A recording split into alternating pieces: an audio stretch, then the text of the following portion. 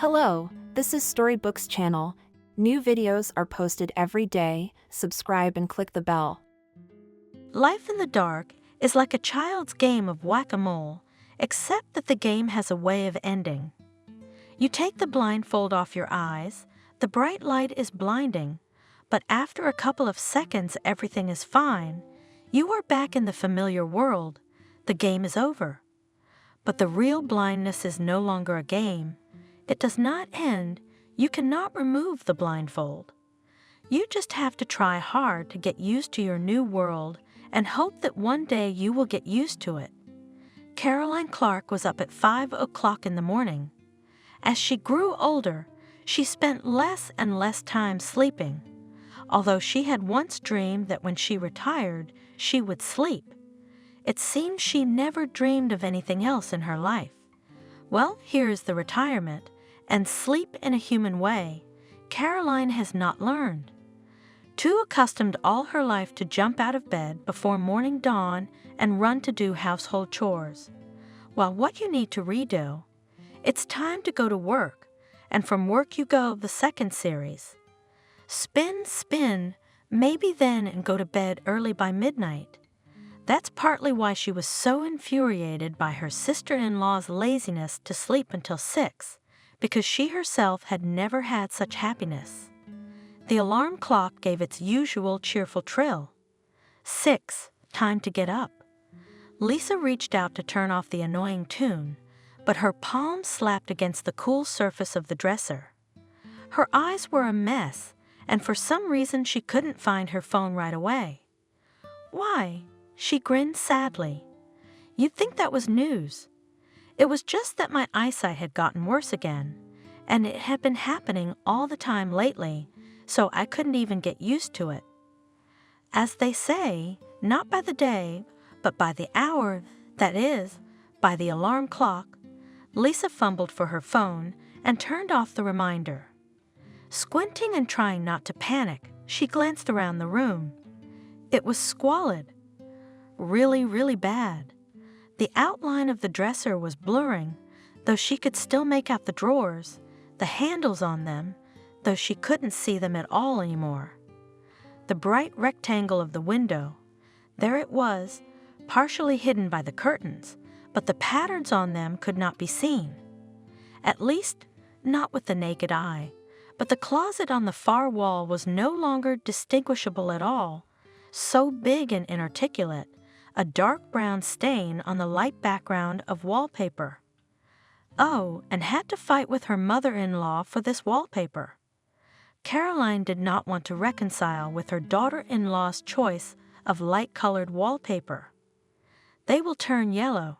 In a year you'll re-glue them. We will. Lisa agreed nonchalantly. The mother-in-law pressed her lips together resentfully. She's a millionaire, too. You're used to shoveling money in.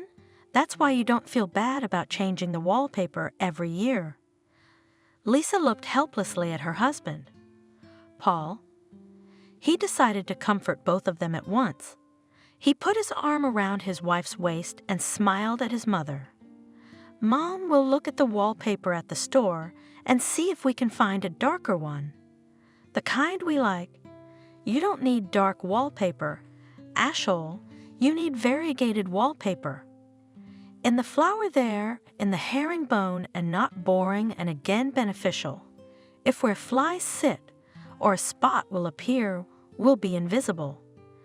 Right suggestion, Mother. With enthusiasm supported Paul. Exactly, Lisa. Tomorrow we'll go and look at the colorful wallpaper. At least you are my son with brains. Satisfied Mother said, maybe you'll live somehow. Before leaving the room of the newlyweds, she once again looked at her daughter-in-law and shook her head sadly. You only, son, do not give your wife the will. When the door behind the mother-in-law finally closed, Lisa attacked her husband with a furious whisper. What do you mean, Paul? We decided together that we wanted light-colored wallpaper, didn't we? We did. Nodded. We decided together. And when your mom has her say, you take her side instead of supporting me. That's just the way it looks, Lisa," Paul said with affectionate condescension in his voice. "You're being superficial, short-sighted. My mom is an old-school person, not formatted for the new times. Right? Right. So what's the use of trying to change her mind?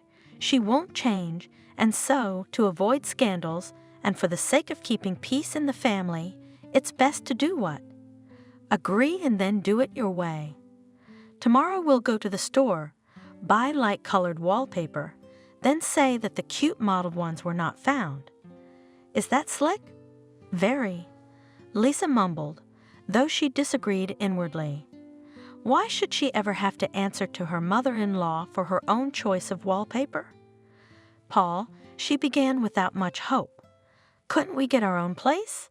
"There you go again. No, listen to me. You understand.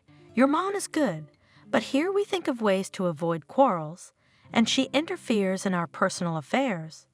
It's unpleasant, but I have to bite my tongue, because it's her house, and she's the boss, and this way we'd live independently.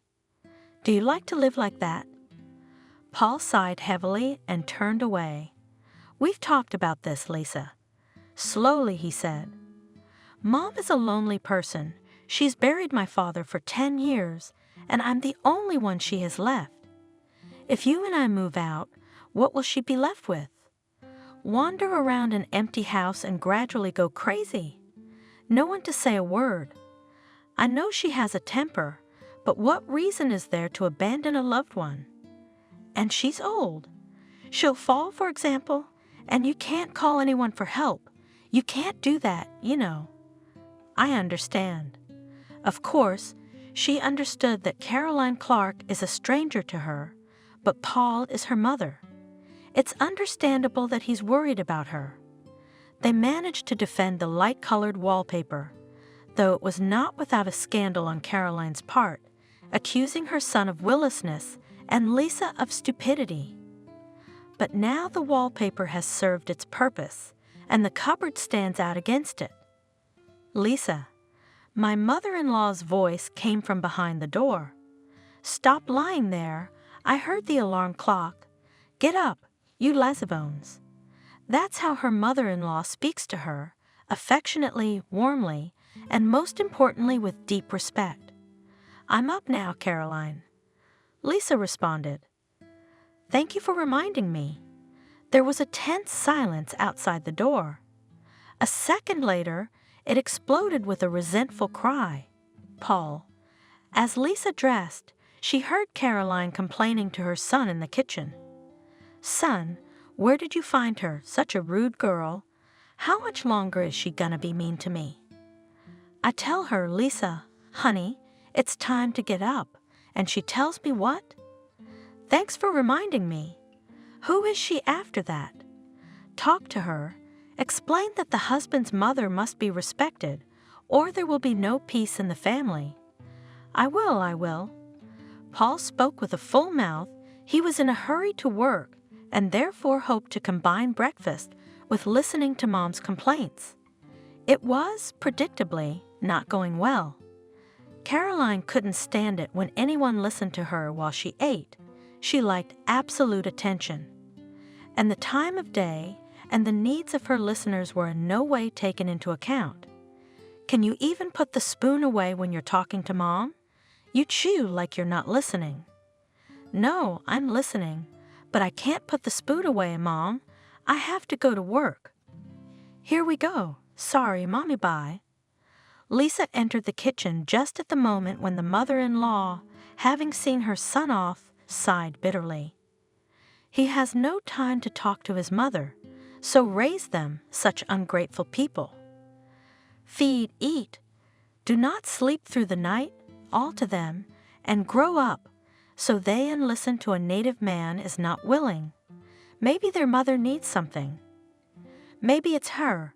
When Caroline saw her daughter-in-law, she switched immediately. What a life you young people have. You lie in bed until dinner.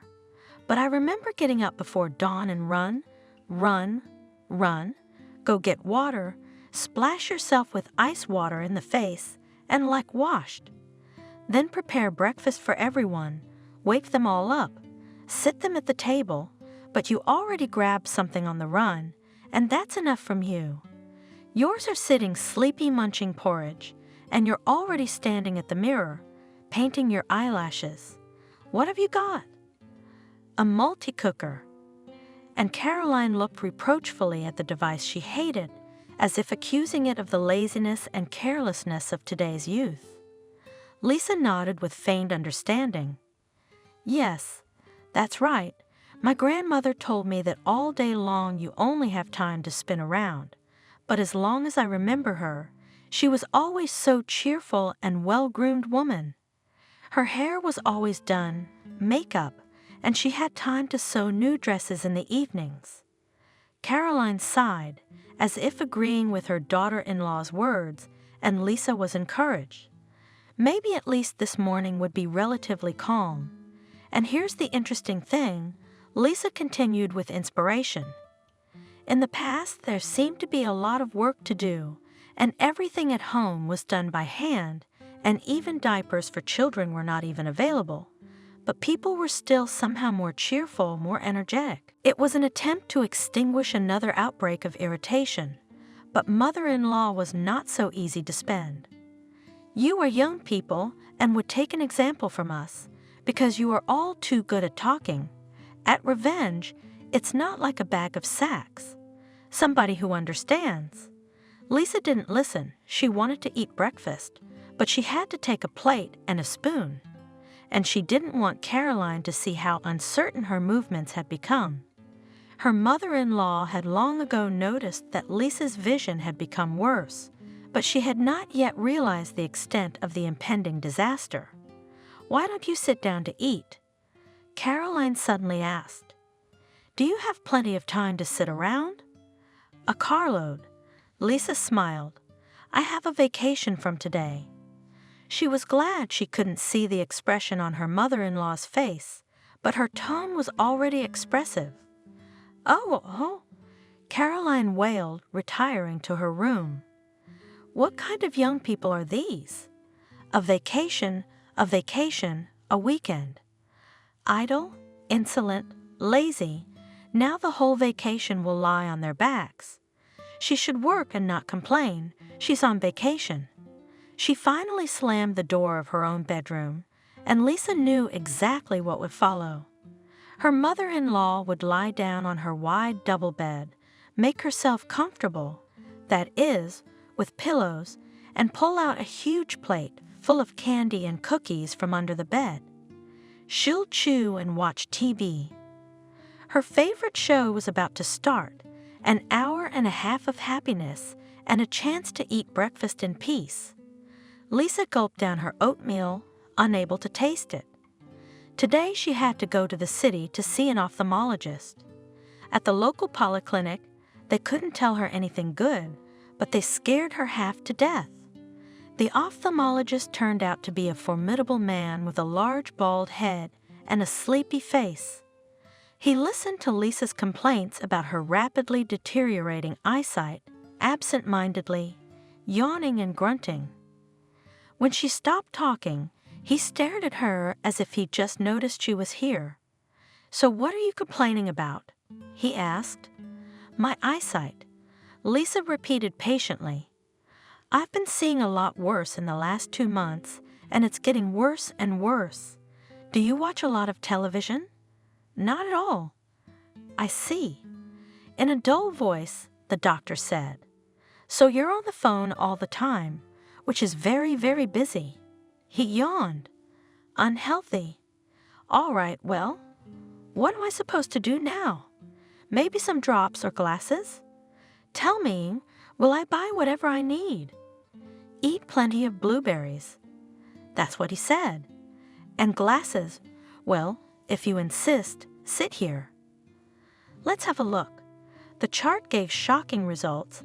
Lisa's eyesight was not just bad, it was terrible.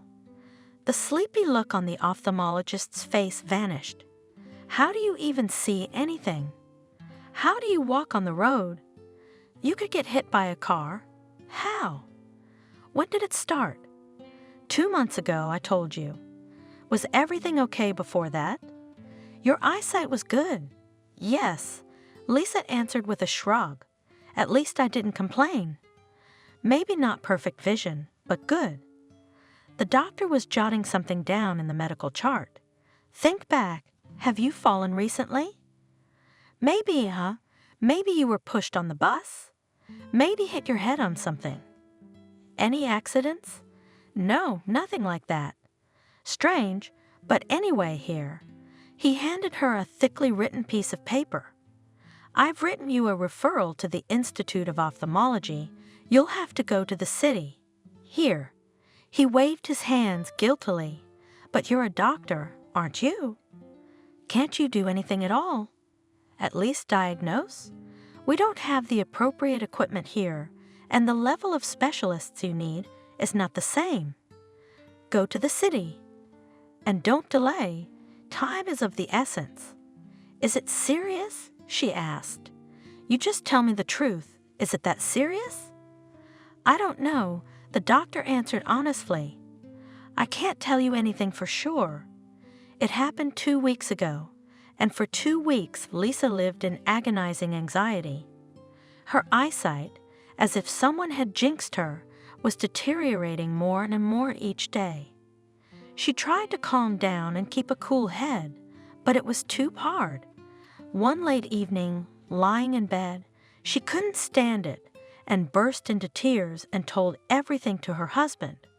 But Paul, listening to his wife's confused and nervous story, only laughed and patted Lisa on the shoulder like a frightened child. Don't get upset over nothing, Lisa. Soon you'll have a vacation, then you can go to the city, to that eye institute of theirs. I'll tell you it's just eye fatigue. You should probably read less. That's what. And you're always with textbooks, dictionaries, notebooks. That's how you hurt your eyesight. Teachers often wear glasses. For some reason, Lisa felt offended, although she knew perfectly well that her husband just wanted to calm her down. But it turned out as if he didn't consider her problem worthy of attention. No, she reassured herself. Nothing offensive had happened.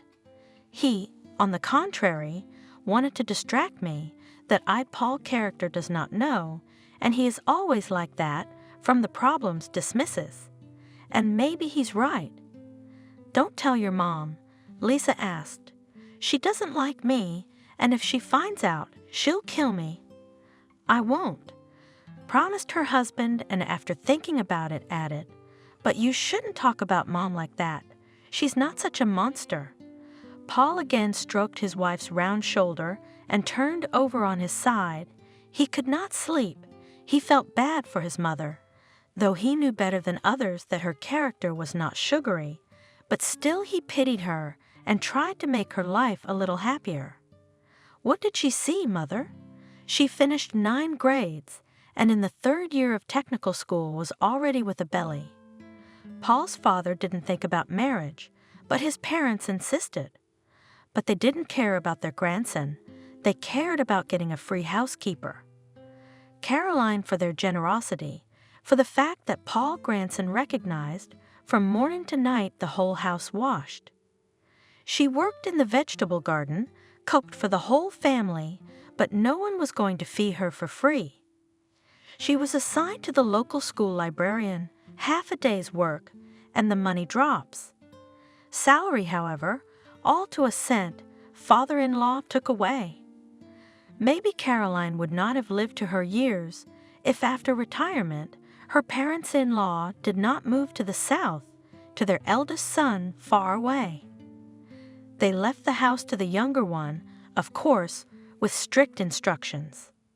In his house, be the master, do not give a woman a free hand, she has brains like a chicken. And my father strictly followed this rule, tyrannizing his uncomplaining wife.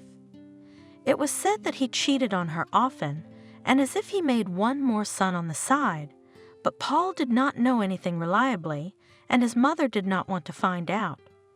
And only after burying her husband, who fell off the roof on a great drunkenness, Caroline was able to straighten her back and take her eyes off the ground. Here, It would seem, and freedom to you, live and be happy. But here a new joy. The son brought his wife into the house. Mother hated her daughter-in-law from the very first minute, but the desire to separate and live separately resisted with tiger fury. Paul couldn't understand what it was all about, but in time he did. Caroline was taking revenge, taking out all her anger on Lisa, on her mother-in-law, on her husband, who obeyed them blindly in everything. At the fate that had treated her, Caroline, so unfairly.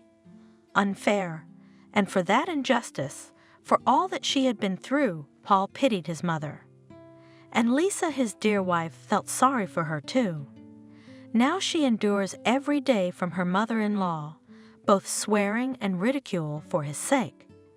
If only he could make Lisa look at his mother with his own eyes. He persuaded, asked, explained, but the wife never felt compassion for her mother-in-law. And most of all, he felt sorry for himself. He swims between his women as between two fires, and there is no end to this tossing. Lisa was sobbing quietly on her pillow. "Don't cry, Lisa, it will be all right." Paul mumbled sleepily and immediately fell asleep, exhausted by his sad thoughts. In the Institute of Ophthalmology, where she came, clutching in her hand a referral for an examination, it was spacious, bright, and cool. In the first few seconds, Lisa, accustomed to small rural buildings, almost panicked when she found herself in the huge lobby.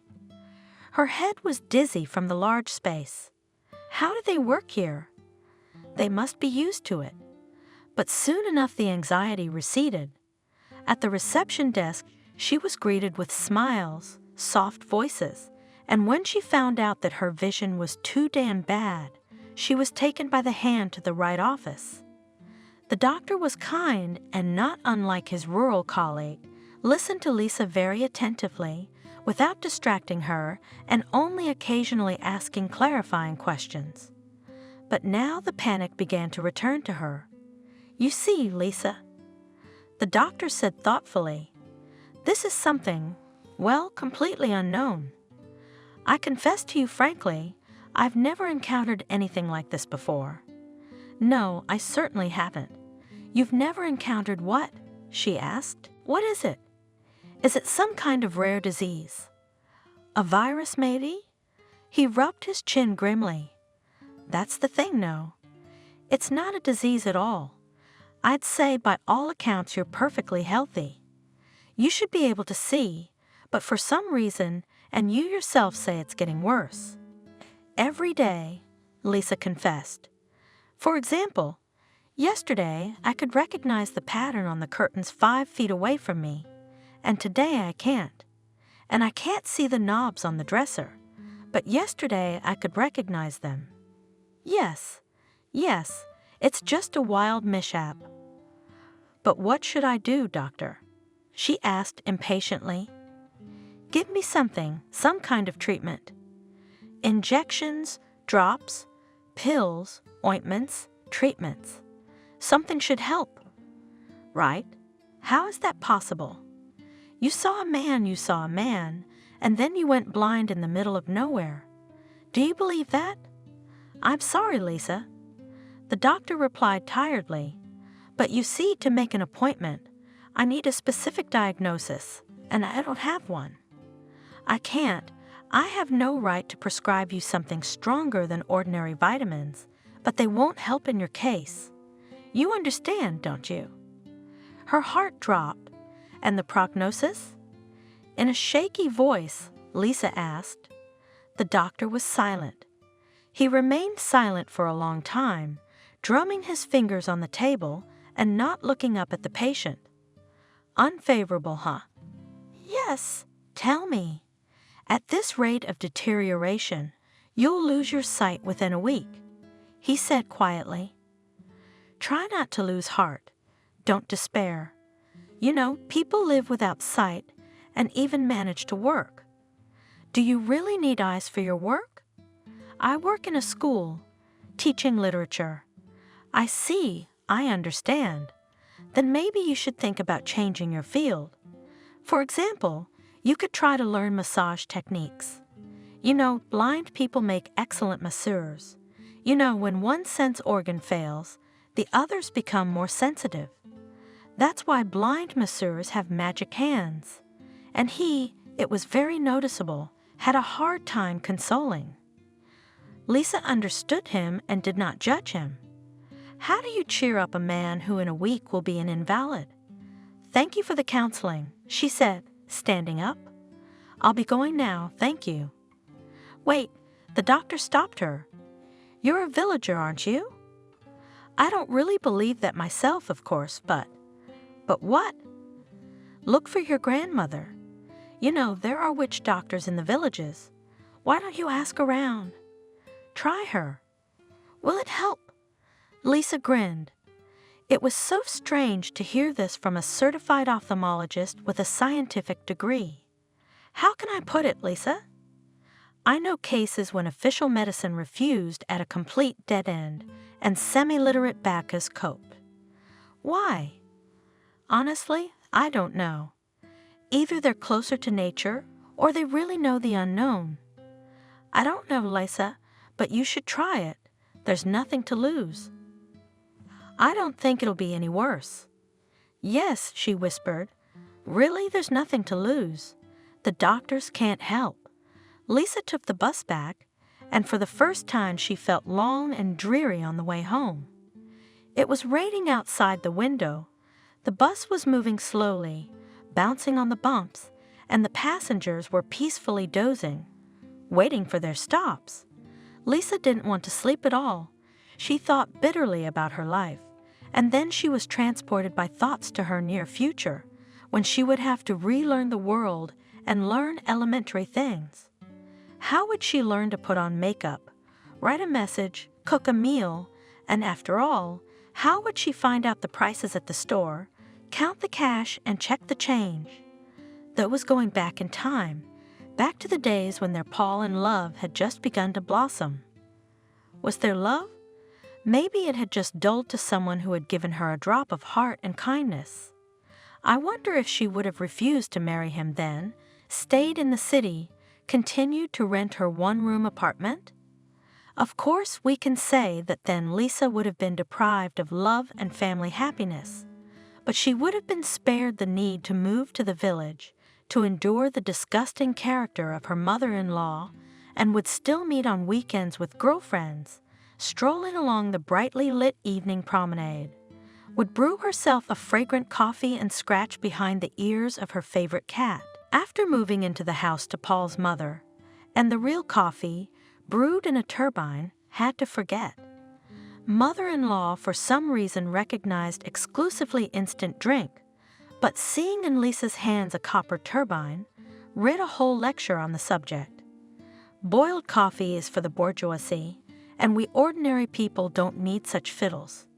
In the end, she got so fed up with her lamentations that Lisa threw the cup away. Caroline was relieved, though not for long, and the cat had to be given to a friend. Lisa desperately missed her ginger bandit.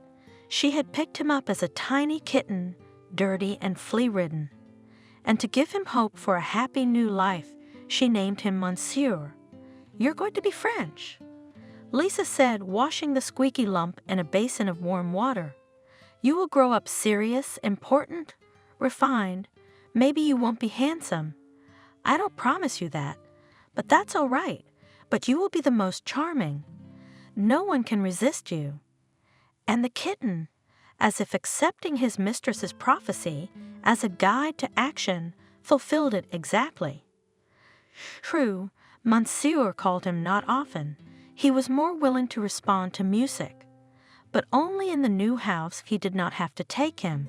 On this occasion, Lisa was upset to the extreme. Mommy is terribly allergic to fur. The fault, Paul explained. Snot runs down her throat. She sneezes all the time. Isn't there somewhere you can put him? Good hands, of course. On the last day before we left, Lisa put music in his carrier and put his bowls and toys in his backpack. Don't worry, her friend urged her on. "He will settle in well with me. We will feed him, take care of him, love him, and in summer we will go for walks, of course on a leash." Lisa nodded sadly and smiled. She knew it was all true. The cat would be taken care of, but she couldn't forget the cat's eyes.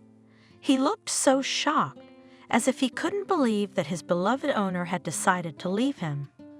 At that time, Lisa thought she had no choice. She was so in love, and like every woman in love, she was ready to do anything crazy just to be near her prince. And now she was sadly asking herself, was it worth it? And the answer she had to give herself was not too cheerful. Paul's husband seems to be a nice, sweet, definitely a nice guy for whom nothing is dearer than peace and quiet in the family. He's so big and warm, you want to wrap yourself in him like a blanket and bask, bask, bask. Of course, he's a little bit ugly and completely devoid of ambition, strives for development, money, impressions. All this is not about him. And he is not a romantic. You can't look at the stars with him. He would rather lie down on a sofa and watch TV. Well, a hobby is a hobby, not worse than others, but he is constant, balanced, soft. So he cares for his mother in a touching way. He is a wonderful, devoted son, but at the same time, a bonus to Paul comes his precious mom, Caroline, who has no life without constant whining and complaining.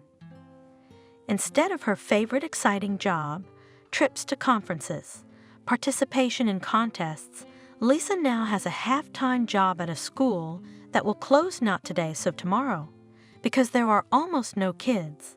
City friends remained in city life. They called each other less and less often, and during Lisa's infrequent visits to the city, they could not get together. One day, Lisa decided to see if her friends were in touch with each other. In the old days, they used to meet every Saturday at their favorite cafe to have breakfast and discuss the news of the week. Lisa arrived in town on a Saturday morning and went to a familiar cafe, but sat far away from the entrance at the farthest table. Half an hour later, the first friend walked through the door. She was usually a little late, but today she turned out to be an early bird. Two others pulled up after her. At their table, there were bursts of happy laughter. Lisa had once sat there and laughed carefree and with them, but now the sight was painful. So their company hadn't abandoned their traditions. It was just that Lisa had become uninteresting to them. And instead of a cozy apartment, morning fragrant coffee and a cat, instant nonsense and an allergy to wool. It's called finding love but losing yourself. Sad. And it seems like it would be even sadder. And maybe if she'd stayed in the city and her eyes would have stayed intact, who knows? From the bus stop to the house, Lisa walked slowly, trying her best to see and memorize the countryside before it was forever hidden under the black blanket of her blindness. It would be something to remember. Caroline was already curious about her daughter-in-law's whereabouts, and of course, met Lisa on the doorstep. Complaints, resentments, and reproaches, which instantly sprang from the horn of plenty. "Lisa, where is your conscience? You didn't have time to go on vacation, so you ran to the city to go to your friends to gather gossip. Why don't you stay at home, like a normal wife, and help me with the garden? Why don't you mop the floors like you don't know I can't bend my back? I'll wash them later. I'll just rest a little after the road." That's her whole story. So, as to have fun, so she runs, and as to clean up the house, so it's later. What's Paul going to say? Have you thought about that? So he goes to work and his wife goes out for a walk? You could have cooked for your husband if you had nothing to do. I cooked it yesterday.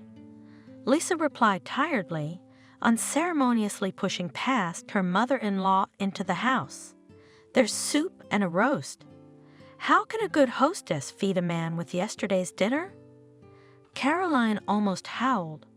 She really did not like such a calm, almost indifferent reaction of her daughter-in-law, and she intended by all means to get a good squabble. "I saw your soup and roast yesterday, and I almost felt sick. Who cooks like that, Lisa? You chopped up everything in a pot, just chunks of it." "What? Not neat. Did you chop the potatoes with an axe? It's sickening. Don't look."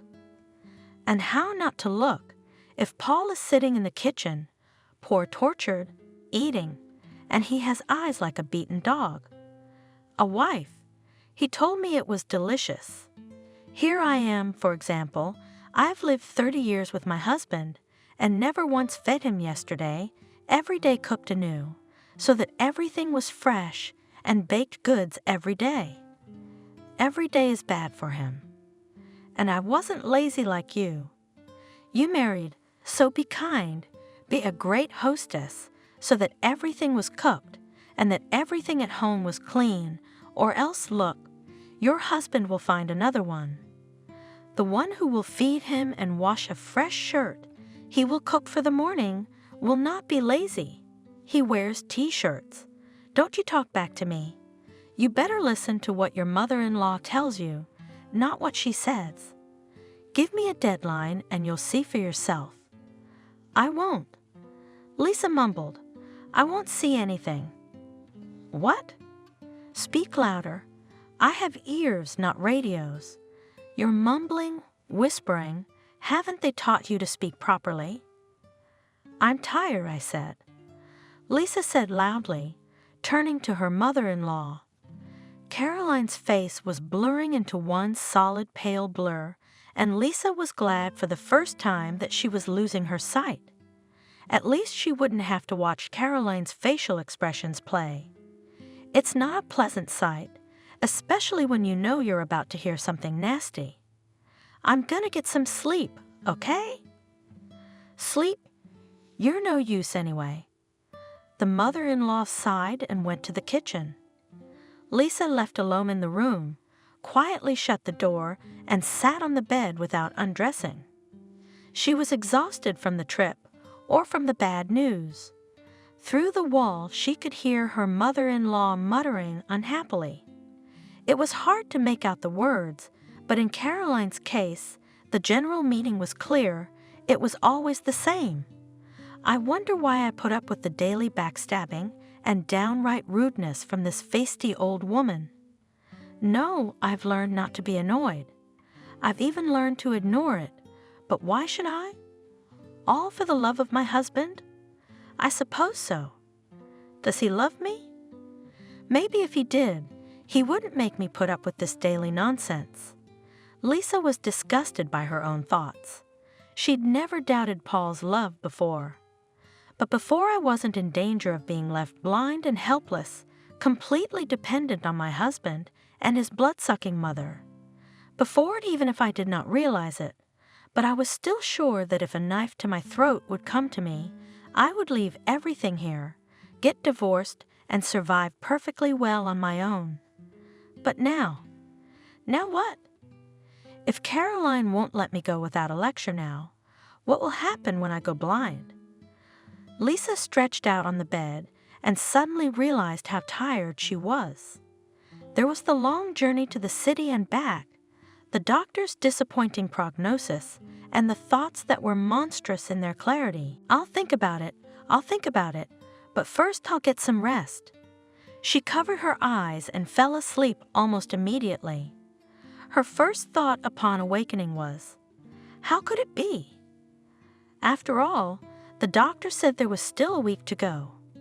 The whole room was plunged into darkness, but turning her head, Lisa calmed down and even laughed at her fright. It had just gotten dark while she slept, with a young moon shining through the darkened window. What time was it? And why wasn't Paul back yet? He said he was only working half a day today, and already.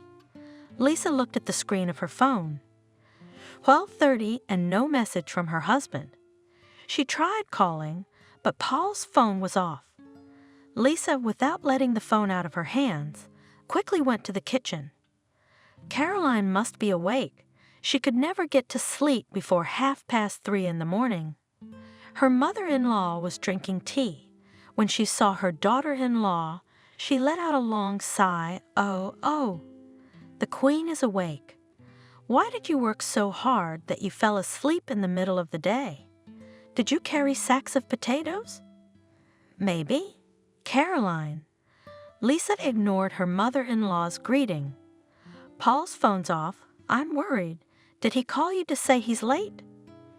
"No, he didn't." The mother-in-law answered calmly and took a sip of her drink.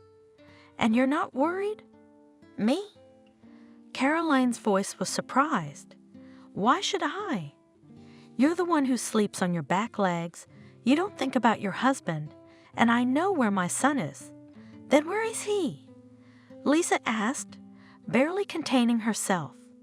Caroline did not answer at once. She waited and waited and waited for her spectacular pause, and carefully rustled something paper. "Probably a candy wrapper." "And you sit down," she said at last. "Sit down, Lisa. There's no truth in feet. Let's talk to you one last time." "One last time." "What's she doing again? Is she going to die?" Lisa, in order not to cause another outburst of pathetic babble, obediently sank down on the chair. The mother-in-law kept rustling her fanatic. "I always knew you were a fool." Caroline stretched out. "And the main thing on Paul will not be offended that such a one chose. I taught him how to marry, son." I said, "So take the one that is dumber will be. From the smart is of little use, they are created for other things. For their universities, for scientific husbands. But you, a country boy, need a wife to obey you and take care of your family and children." "Yes, that's how I taught him." "So he chose you for a fool, but he was wrong. There's no such thing as stupidity. You should have taken a woman who's happy to take care of the house, who's happy to take care of her husband and his mother. My Paul married wrongly. He should not have chosen you." "Where is Paul?" Lisa asked in an icy voice. "You know where he is, don't you?" The wrapper rustled again. "You're just pretending that everything is fine. You think I'm out of my mind? You think I don't know you can barely see now?" I know. It's been a week since I switched your mug with another one, and you don't even know it. I know you went to the doctor today and not your friend, so what good did they say? What's that got to do with it?" Lisa was indignant.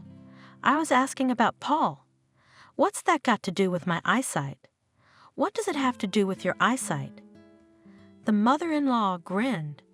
"You've got a certificate with signatures and a stamp, and what does it say?" "That you'll be blind soon."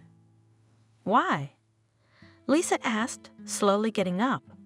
"Were you going through my things?" Only now she realized that Caroline had not been rummaging through Caroline's things, but the doctor's report, which she had brought in her bag and left in the hallway, hanging it on a hook and forgetting about it.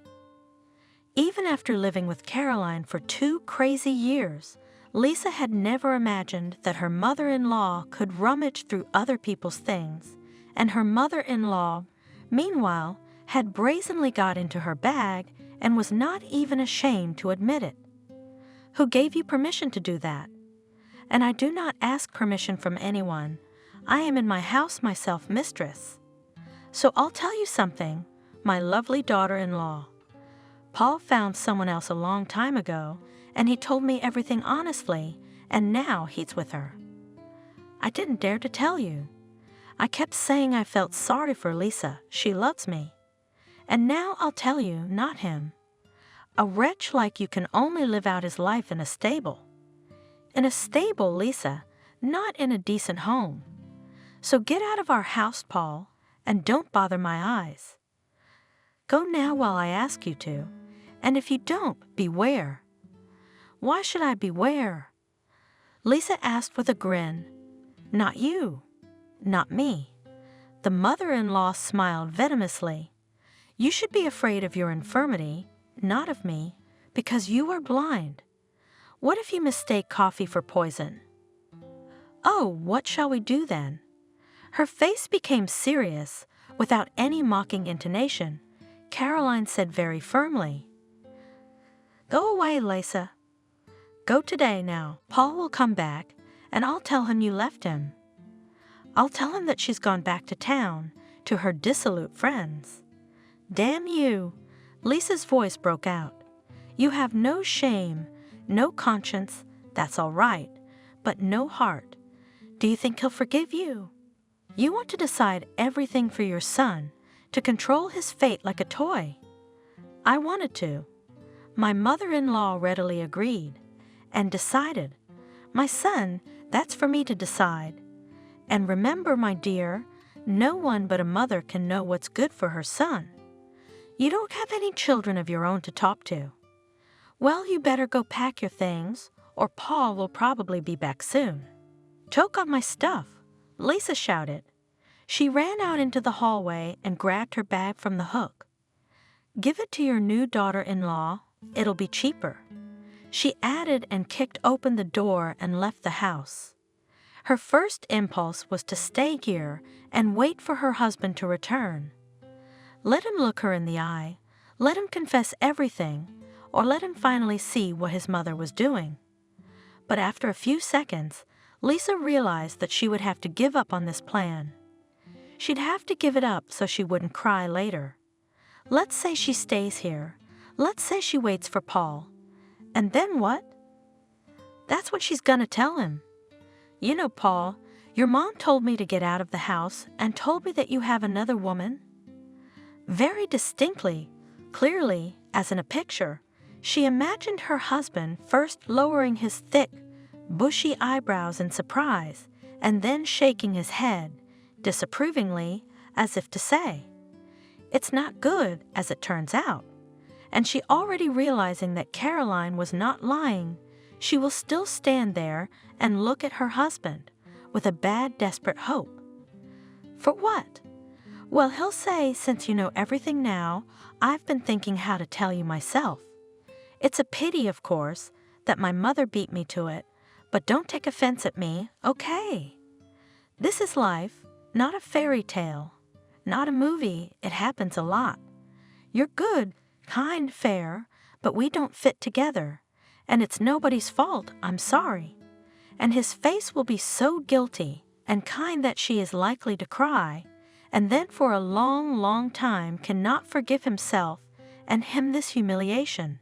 And if there is no mistress, then what? He will go to his mother, and she, of course, will lie that she did not say anything like that, and could not have said anything like that, because Lisa is like a daughter to her. And whichever of them Paul believed, Lisa would still feel bad. Paul will start to persuade his mother not to quarrel, because they live in the same house, because Mom can't be left alone, and because her character is already formed, you can't change it. Well, and other nonsense, which, if you look at it in theory, like and not so stupid, but only to real life, it is not always adapted. Because theory is one thing, but practice is quite another. And then Lisa will have to return to this house, and she will not be able to forgive herself for such a humiliation for a long, long time. I've been having a lot of luck with stalemates lately. Lisa knew perfectly well that her mother-in-law was lurking like a mouse behind the curtain at the kitchen window, watching where her daughter-in-law would go. Will she sit on the doorstep like a dog or knock on the door and ask to go home? No, enough of this nightmare. She'll go back to town immediately. She'll wait until morning, and then she'll be there. Lisa looked in her purse just in case. It was a pity, of course, that the doctor's report had been left in Caroline's thieving clutches, but it was no big deal. The Institute should still have a copy. Everything is written on computer databases, not in the Middle Ages. We live in the 21st century, the time of high technology. There was still some cash, a bank card, and a passport in her purse, but having turned the bag over several times, Lisa realized with horror that both were gone. The bank card was still there, but it had been cut in half, and now the two unequal halves were lying at the bottom of the bag, scratching the silk lining with their sharp edges. Oh, Caroline, the most practical woman in the world, who could just kick her daughter-in-law out of the house, had to rip her off too. Well, to hell with her. After all, the phone with all the necessary applications is right here. All that remained was to decide on a place to stay. The first bus into town leaves at 6:30 in the morning. Where would she go until then? Knock on the neighbor's door, but they would let her in. There's nothing to talk about, but they would start asking questions, and she couldn't answer them now, and the whole village would be talking about it the next day. I'll sleep at school tonight, Lisa decided. Of course, it was summer and night, but the watchman should be there. He would let her in for sure. She didn't want to explain to the watchman, whose name was Bob, the reason for her night appearance, but on the other hand, she wouldn't sleep at the bus stop. And Bob had little interest in gossip. He had only one interest in this life: alcohol. As the summer twilight began to lighten, the school looked intimidating. Inappropriate among log cabins, an angular brick building with a broken window on the first floor, it was before the vacations. The children were playing soccer in the schoolyard. Well, the ball flew there. It looked like an abandoned building, the kind of building that photographers love and teenagers find romantic. Lisa herself used to love to climb such places. What could she find there? Treasure? No, everything was much more ordinary, just wanted to tickle her nerves. She ended up with a broken collarbone and a sprain. Lisa knocked on the locked front door. "Bob," she called out. "Open up, it's Lisa, let me in." But nothing was heard behind the door, no footsteps, not even a rustle. "Bob," silence again. "I see." The watchman had managed to use his main interest in life, and now he would not wake up at least from the cannon of the fields. Lisa sat down on the steps of the school and stared at herself with an unseeing gaze. She was alone outdoors at night after all. Amazing. She thought wistfully about the fact that, despite the 2 years she had spent in the village, she had never made any close friends here. And when? From work to home, from home to work, husband, house, vegetable garden, Caroline, were to make friends when? Of course, she could call her friends in the city, ask them to come and pick her up, but for some reason she was ashamed to think about it. Lisa didn't like to think about it, but even now no memory was pleasant enough. All seemed trifling compared to the present trouble. After Lisa found out that her friends were still dating, she called each of them, and they all talked something like this. "Sorry, Lisa, but that's life. You've fallen out of our circle, and we have nothing to talk about. What are your interests now? How do you make cheesecakes? How to get rid of parasites in your garden? You won't be interested in us, we won't be interested in you." It was unpleasant, hurtful, but at the same time, Lisa felt something like relief. At least now she wouldn't have to wonder what had happened. The only reliable companion she still had was Kevin, and it was his number she dialed. He arrived quickly and didn't even seem surprised by her call. He listened, said, "Wait, I'm on my way." And that was it. Kevin, he had always been like that, reliable and dependable, and Lisa felt a little calmer at the thought that she was not alone in this rapidly fading world. Someone cared about her. Someone was rushing in a car to pick her up in the middle of the night from the deserted steps of the school porch. Someone cared. He got out of the car with such a cheerful smile, as if he hadn't come to rescue his friend from trouble, but was going to a party. "Hello, lost one." He smiled, helping Lisa up the steps. "It's a little late for a ride." "Come on, let's get in the car. Where's your stuff?" "Here." Lisa waved her purse. "That's all my luggage." "That's a lot." Kevin even whistled in surprise. Lisa shrugged.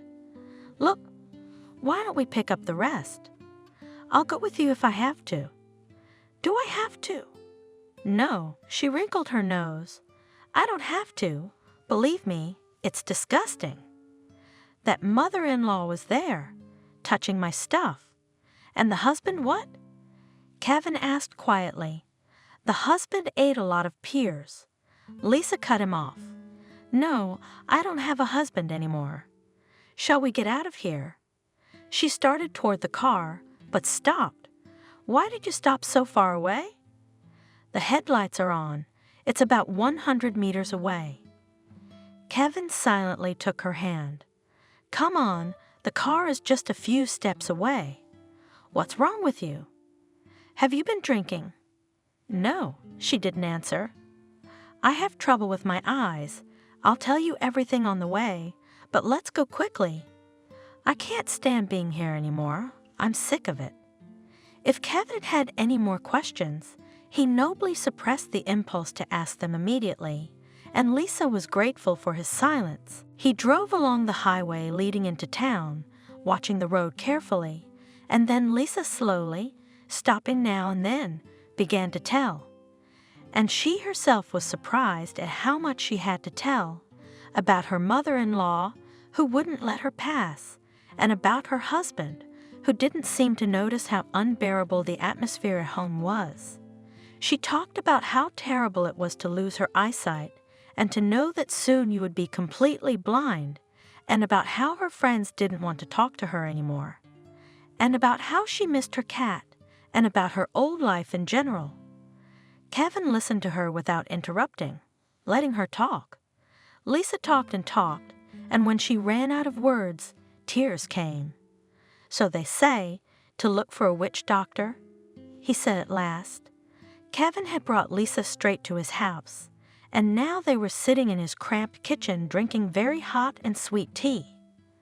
They do, she confirmed.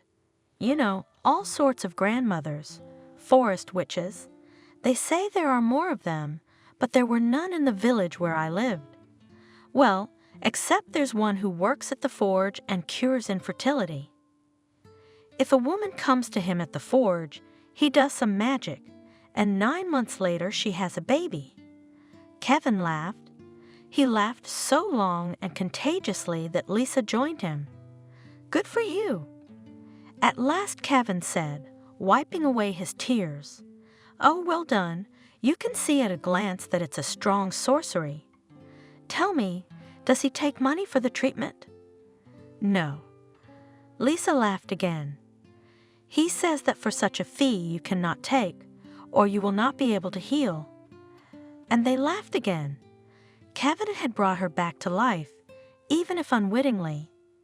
At least she was herself again for the first time in months.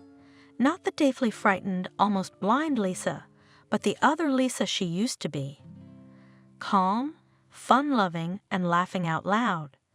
For a second, it even seemed to her that she had gone back a few years, and a lazy, lazy music was about to enter the kitchen. Her nostrils would smell the subtle aroma of fresh coffee and Paul. There was no Paul. There was no Paul. She tried to see Kevin's face, but nothing came out, just a speck of light and a cloud of red hair. No, there's no going back in time. It was just a dream. I'm probably gonna have to retrain now, said Lisa. I'll have to make money somehow. The doctor said blind people make good masseurs. It's good that you're making plans. Kevin approved, but don't rush into it yet. Maybe you'll come up with something. What's there to figure out? The doctors have given up on me. We'll see, he said meaningfully. Now go to sleep. The time is already 4:30 in the morning, and you and I have arranged a meeting.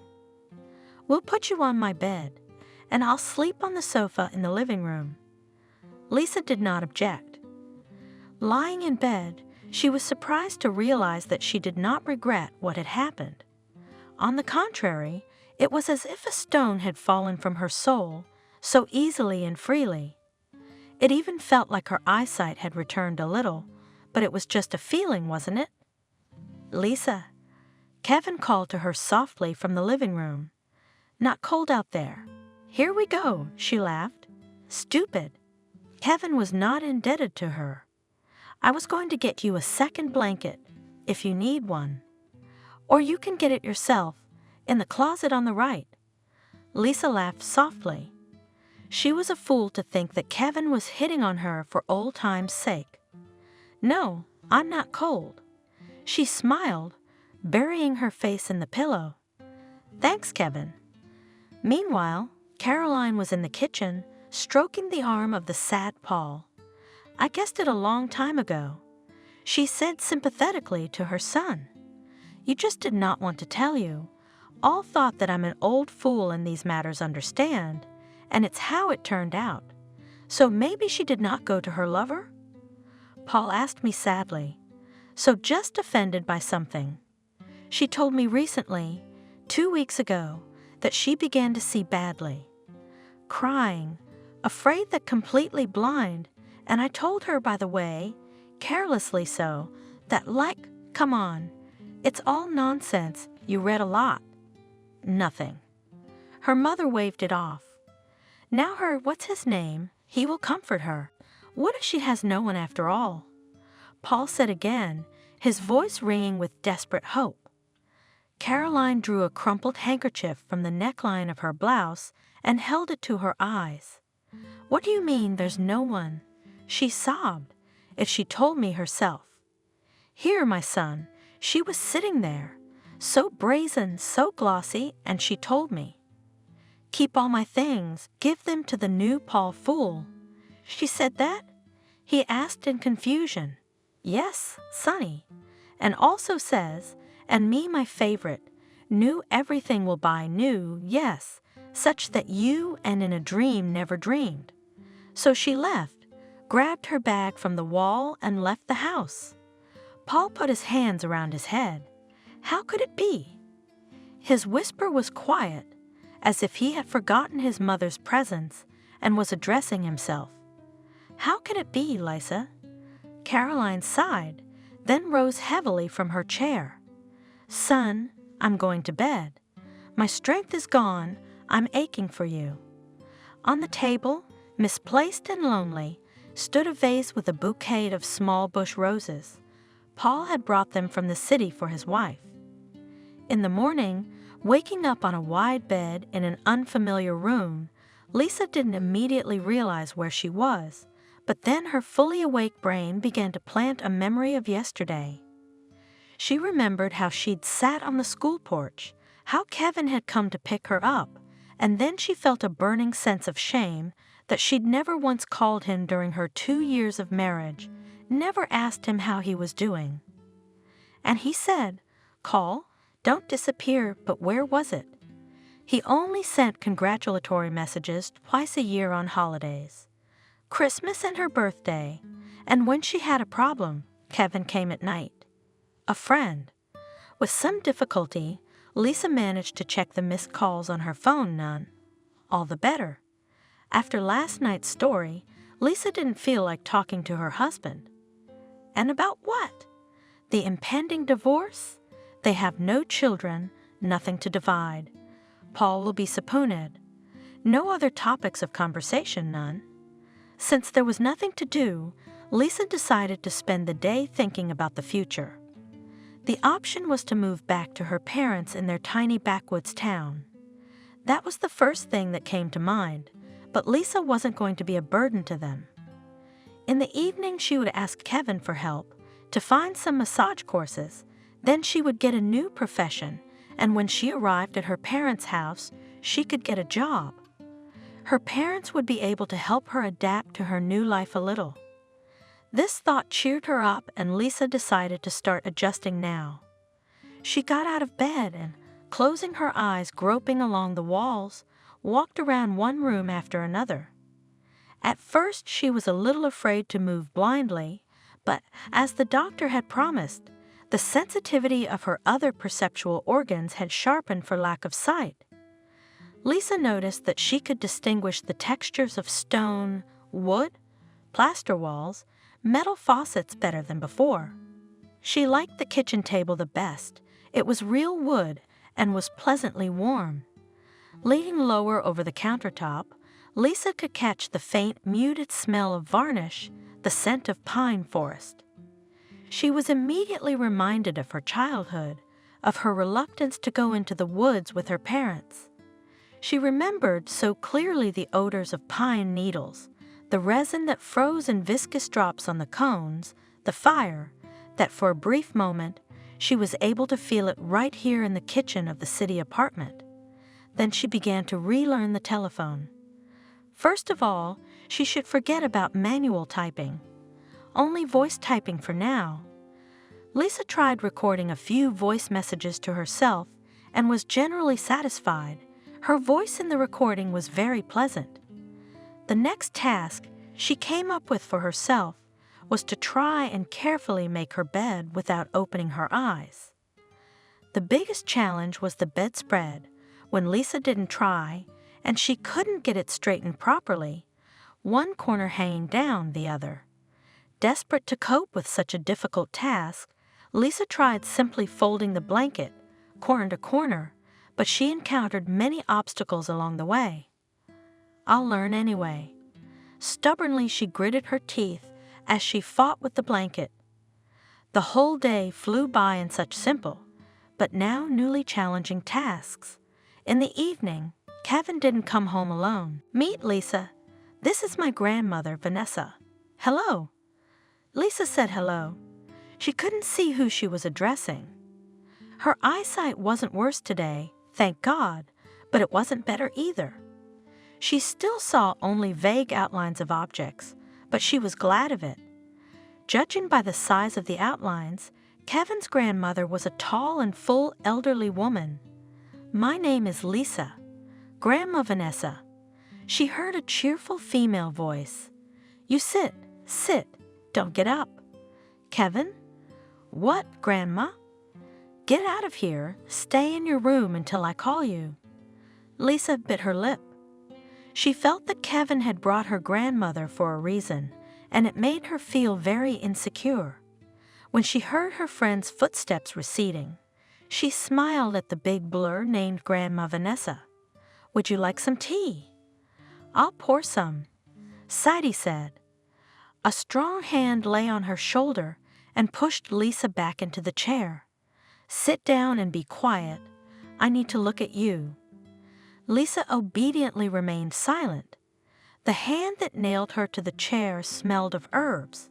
There was peppermint and a subtle note of lavender and some other almost indistinguishable but very pleasant odor. Baba Vanessa did not utter a sound. She took her hand off her shoulder but didn't move a step away from her. She was probably looking at her. Lisa remembered that a long time ago, Kevin had said that his grandmother was a real forest herbalist and that everyone went to her for treatment, even injured animals who tried to crawl to Vanessa's door, and she nursed them all back to health, no matter if they were human or animal. Then Lisa let the story pass her ears, even thought that Kevin had made up such a colorful relative. It turned out that Kevin had not made it up. He had told the truth, and she had been a fool not to believe it. It was very uncomfortable to sit like that, not moving and not opening her mouth. But in a few seconds, Lisa felt a slight warmth on her face, as if someone's invisible, but obviously kind, caring hands touched her temples. Obedient to this pleasant warmth, she closed her eyes, and tiny golden sparks immediately flashed under her eyelids. "Sit, sit, sit." Vanessa murmured and put her palm on the back of Lisa's head. "Sit still. I'll look at it again." Lisa did not move. "I see. Everything is with you, girl."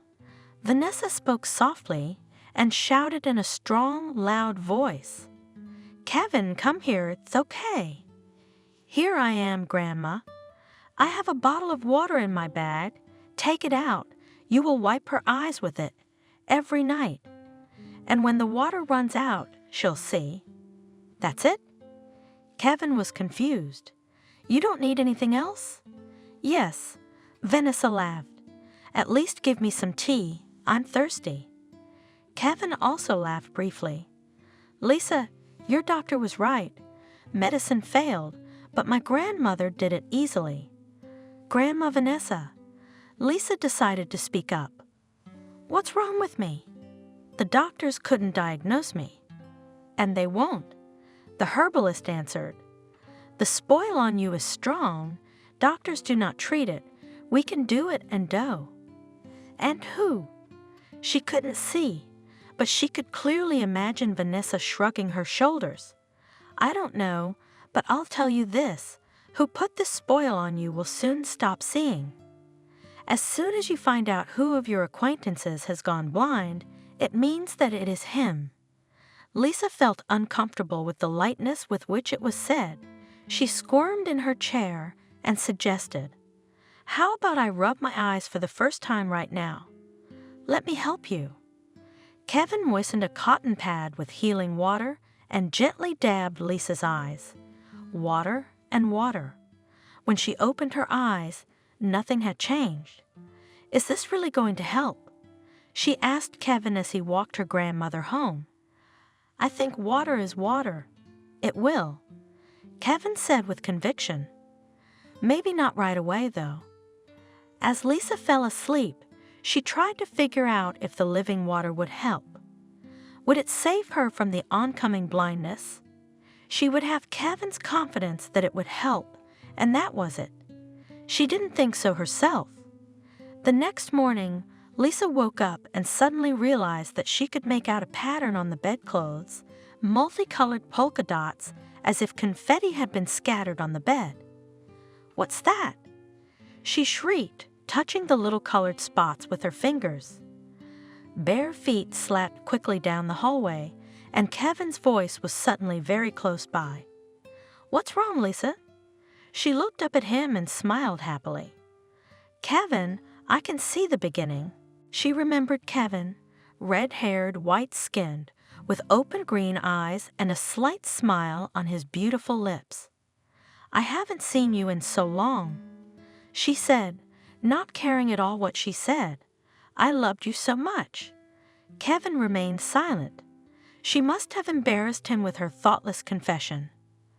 I'll, he muttered, go to the kitchen, make coffee there. I remember cinnamon for you. Lisa was just as embarrassed. She shouldn't have told him that, but why not? She really loved him, so why couldn't she say it? Lisa remembered how a few years ago they had woken up together, and Kevin had gone to make them cinnamon coffee, just as he did now. His apartment had been smaller then, but it was big enough for her. Kevin would make coffee and whistle to himself, and Lisa would get up and follow him, because she loved to watch him barefoot in a sheet, making sure the boiling drink didn't escape. Lisa sat on a low stool and watched her lover. Silently she adored him, and it seemed there was no one in the world more perfect. How tall he seemed to Lisa, from her vantage point. How beautifully the sun played on his red hair. How easily, with what effortless grace did he move. Kevin, from time to time, turned around to smile at her. And certainly there was no other smile like it in the whole world. How much could be put into one smile? Lisa even squeezed her eyes shut to visualize it as clearly as possible. A turn of Kevin's head, just a slight turn, and already a fiery strand of hair falls carelessly on his high forehead. His green eyes flash with affectionate amusement. The corners of his lips lift. When you smile like that, Lisa once said, I feel like I've got an arrow in my heart. There's no room left. That's how much I love you. How long did their happy love last? Lisa couldn't remember. Maybe a few months, maybe a lifetime. How simple it had been then, simple and very real, and how stupidly it had ended. Lisa remembered that day, and now it all appeared to be a dream. Here she is standing in the airport, for some reason in Kevin's jacket, and from tears she can't see anything around her, but Kevin is still with her. Lisa presses herself against him, trying to breathe in his scent, to memorize the sensation of his soft curls on her face. I'll be back. I'll be back soon. Don't cry. When I get my father back on his feet, I'll be right back." Why? Why didn't she go with him then? Kevin's father had been in some terrible accident, and it took a long time to recover. Week after week, and then the weeks turned to months. Kevin called her every day, but there was nothing comforting to report. So far, things were still a little creaky. "I guess I'll have to stay a little longer." "Don't be mad. I miss you so much." And Lisa wasn't angry. How could she be angry with someone who was her whole world? But with each new day, it seemed to her that drop by drop, joy, fun, love were leaving her life. She was less and less interested in work, movies, hanging out with friends. Once at the very end of her vacation, just out of desperation, Lisa signed up for a one-day excursion and then promised herself never to do it again. The excursion was so boring that Lisa could hardly wait to get home. The quiet fall days dragged on, and Kevin never returned. Lisa tried to stay at work longer and even organized a literary club for high school students. It was a good idea, promising, but Lisa quickly lost interest in it, and everything that wasn't about Kevin. In the evenings, Lisa couldn't stay at home and spent hours wandering the autumn streets, buying herself a cup of coffee and forgetting to drink it. And when she remembered, it was already cold, and she only had to send the cup with its contents to the nearest trash can. She was also uncomfortable among people, but the crowd was strangely soothing and gave her a sense of belonging. Your love may be far away from you, but you are not alone. Tired of walking the streets and looking at shop windows, Lisa sat down on some bench and looked endlessly at the sky, hoping that the sun would peek through the blue clouds for a second. But it seemed that the sun was carried away by her beloved in his hair. And then, when Lisa had given up all hope of seeing Kevin, Paul appeared. He noticed the lonely girl sitting on a bench on a windy evening and could not pass by. Her face was too desperate, like a frozen mask of longing. Lisa remembered well how Paul had persuaded her to go to a coffee shop, bought her some hot tea, made sure she drank it without waiting for it to get cold, and then walked her home. All the next week, when he came home from work, he would stop by to bring her cakes, give her a flower, or just sit with her in the kitchen. That cold fall, Paul warmed her with his simple, uncomplicated kindness. The calls from Kevin were beginning to annoy her. Lisa still loved him, longed for him, but suddenly it seemed that he was just stalling, and in fact his father was long gone, just like Kevin there, in the distant northern city. That's why he's in no hurry to come home. And maybe he has already got a girlfriend there. How, after all, a young and healthy man can endure so long without a woman's attention? Or did he even get married and say nothing? And Paul wasn't that appealing at all. Perhaps he wasn't even interesting. But he was there, always, invariably, for sure. Never asked for anything, but always ready to fulfill any request. And her heart, hungry for warmth, was drawn to him more and more. She promised him nothing, and he was willing to wait as long as it took. Not complaining, not resenting, not grumbling. The day Lisa had already packed all her things and was just waiting for Paul to move with him to the village, Kevin suddenly showed up, although the word "showed up" would be more appropriate. He came without a call, without a message, hoping to surprise his beloved, but the surprise was waiting for him. "I'm getting married." "Simple," she said. "I'm waiting for my fiancé to come and pick me up. I've already taken the cat in, and he's going to live with Kathy." Kevin nodded thoughtfully. Is that the tall girl, the black one? From your Saturday night club? She is." Lisa shivered as if from a gust of icy wind. The words, empty and indifferent, courteous. All of them seemed to fall through, like a coin in a piggy bank, rattling away, but nothing important, Nothing really important was said. And then Lisa made up her mind. "I'm sorry, Kevin," she said. "I really loved you and waited for you. But I didn't. You never came back and neither did I." "I couldn't come back sooner," he interrupted. "You know that." "Yes, I know, but I guess I was just tired, not of living, but just waiting and waiting and waiting. And when he came along, I realized I could live my life. My life, not just waiting for you to come back. Do you understand me?" Again, the same slow, thoughtful nod. "I understand. I guess I do. And you're not angry with me."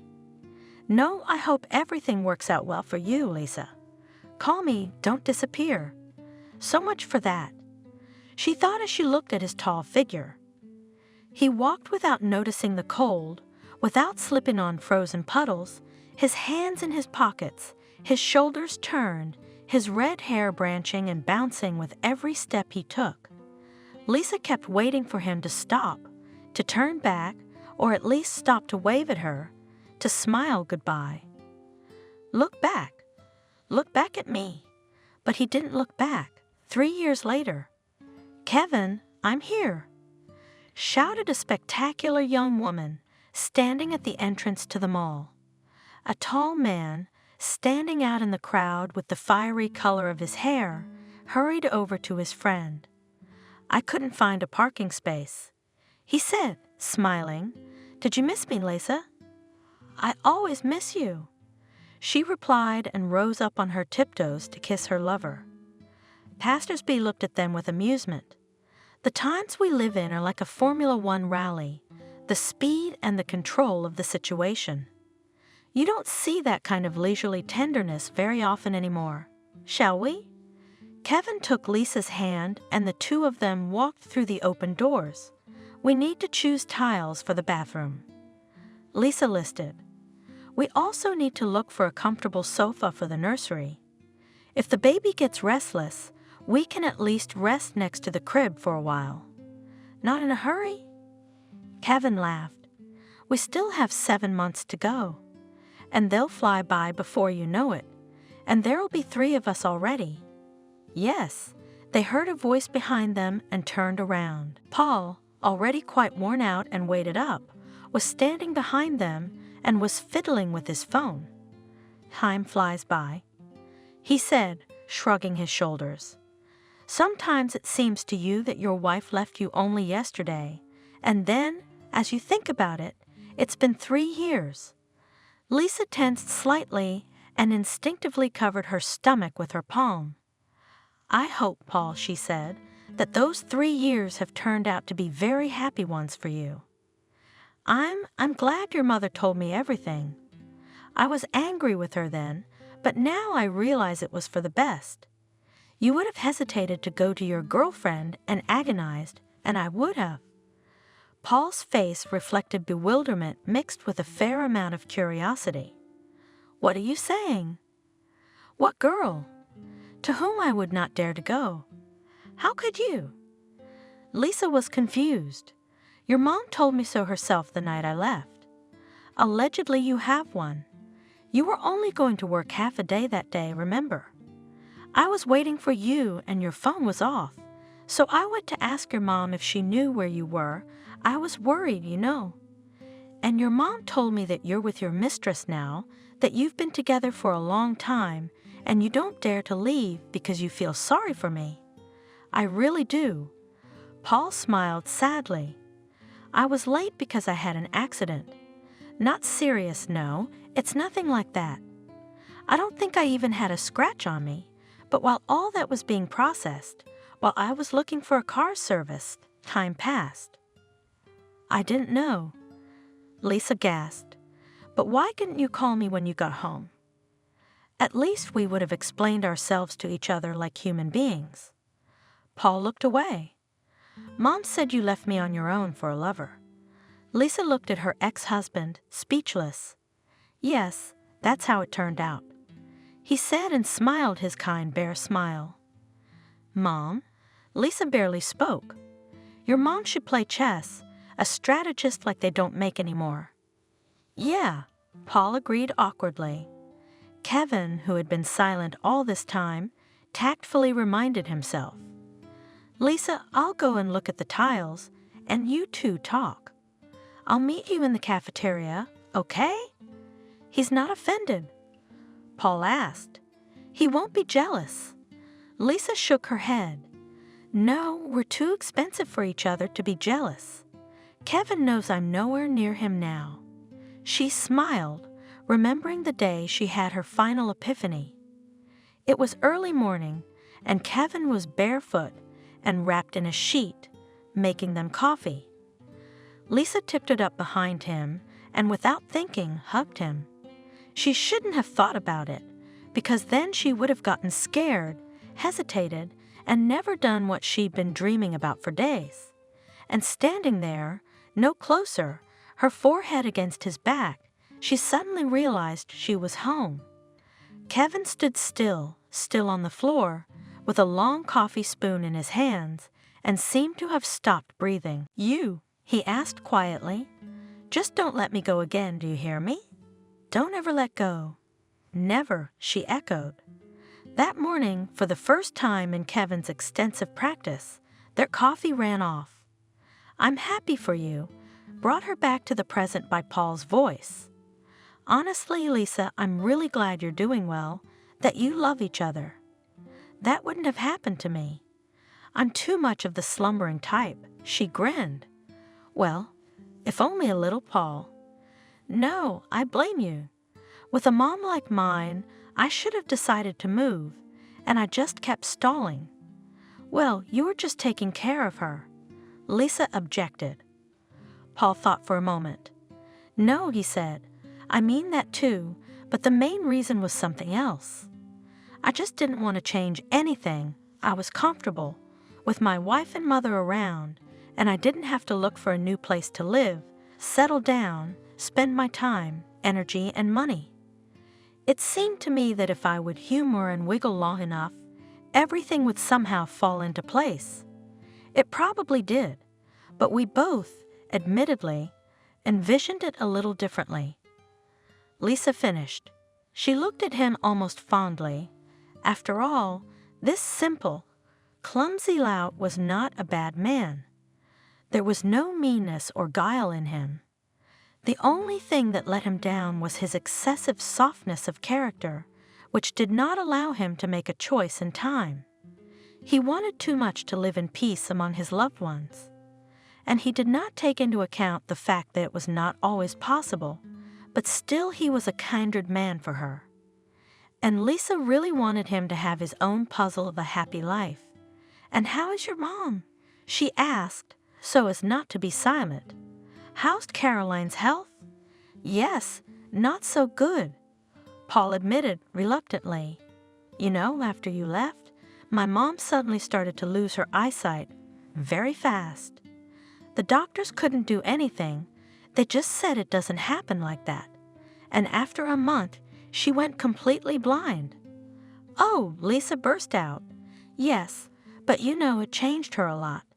She gets along very well with my second wife. Praises her all the time, says how lucky she is to have a daughter-in-law. She keeps telling me how lucky I am to be married. I don't even recognize her sometimes, and on Sundays, she always asks me to take her to church. She prays a lot. I was even a little worried at first. How could a person change so drastically? I thought maybe she had something wrong with her head. But then I realized that everything's fine. It just happens. Can you believe it? Miracles. Lisa smiled. But I'm happy for you. Now I'm going to go. Paul, okay. My husband's waiting for me. Bye.